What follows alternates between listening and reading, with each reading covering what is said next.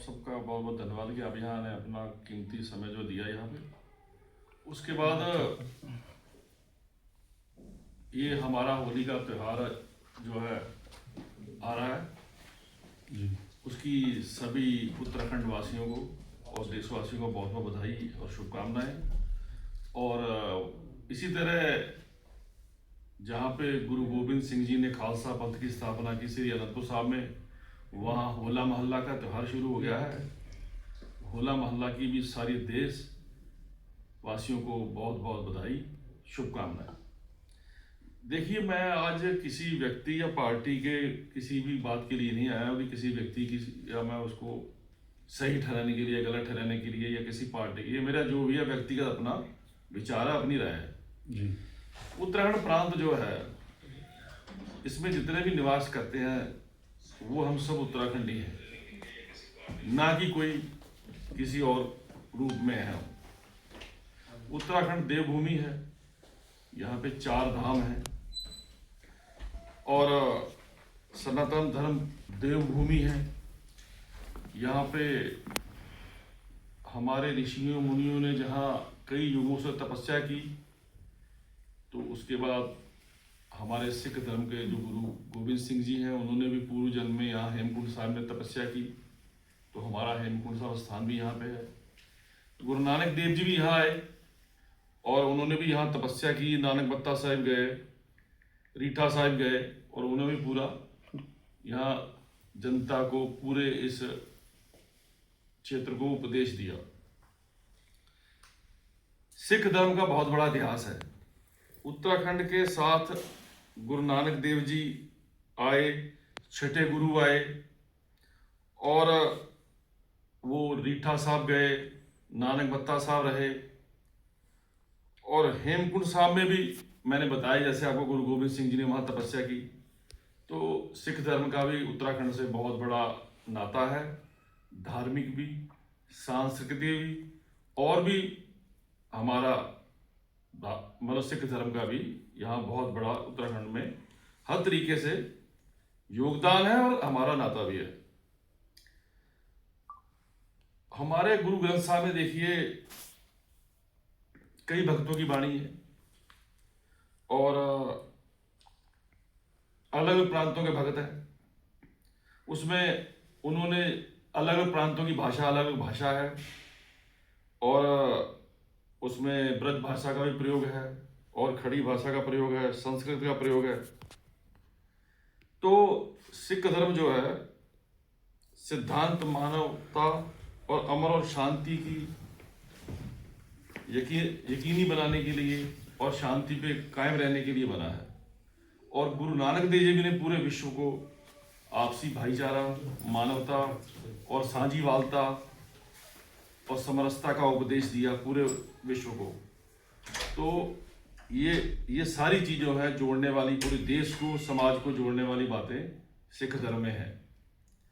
अब गुरु ग्रंथ साहिब जी में जो वाणी दर्ज है शिरोमणि संत रविदास जी की, उसमें उन्होंने एक बेगमपुरा शब्द का प्रयोग किया है।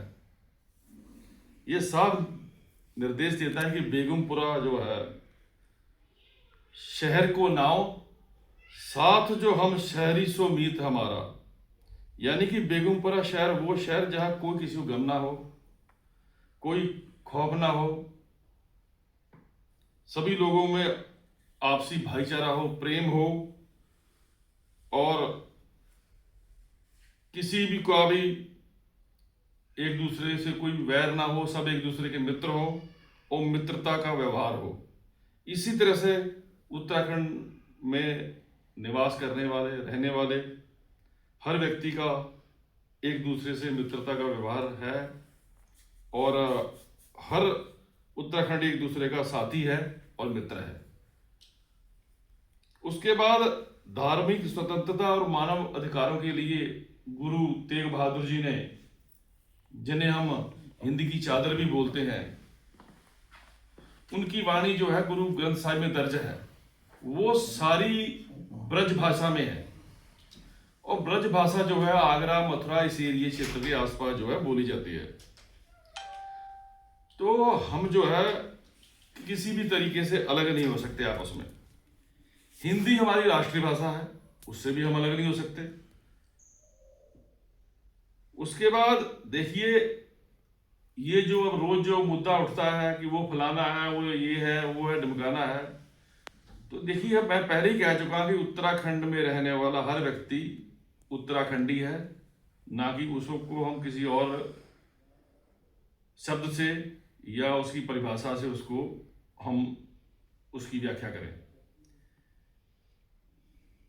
अगर देखिए इसको हमने और मजबूत बनाना है तो मेरा तो देखिए जो सुझाव है कि गढ़वाल में गढ़वाली और कुमायूं में कुमायूनी भाषा जो है वो अनिवार्य रूप से पढ़ाई जाए। इसके साथ अगर किसी ने पंजाबी पढ़नी है, बंगाली पढ़नी है, सीखनी है, तो वैकल्पिक के तौर पर उसकी भी व्यवस्था प्रदेश में होनी चाहिए, वो पंजाबी पढ़े, बंगाली पढ़े। मगर अगर हमने प्रदेश को जोड़ के रखना है, उत्तराखंडी बन के रहना है, तो गढ़वाल में गढ़वाली और कुमायूं में कुमायूनी भाषा अनिवार्य होनी चाहिए। हिंदी मजबूत होने से राष्ट्र मजबूत होगा, और साथ में कुमायूनी गुरबानी के साथ साथ उत्तराखंड की पहचान मजबूत होगी।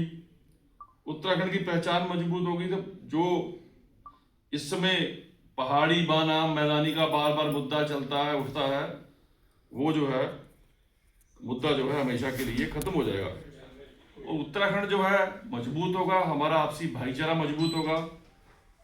और जब उत्तराखंड मजबूत होगा, देखिए अब 4 धाम होने की वजह से और हेमकुंड साहिब नानक मत्ता होने की वजह से, रीठा साहब होने की वजह से यहाँ पे बहुत विश्व से, पूरे देशों विदेश से श्रद्धालु पर्यटक आते हैं।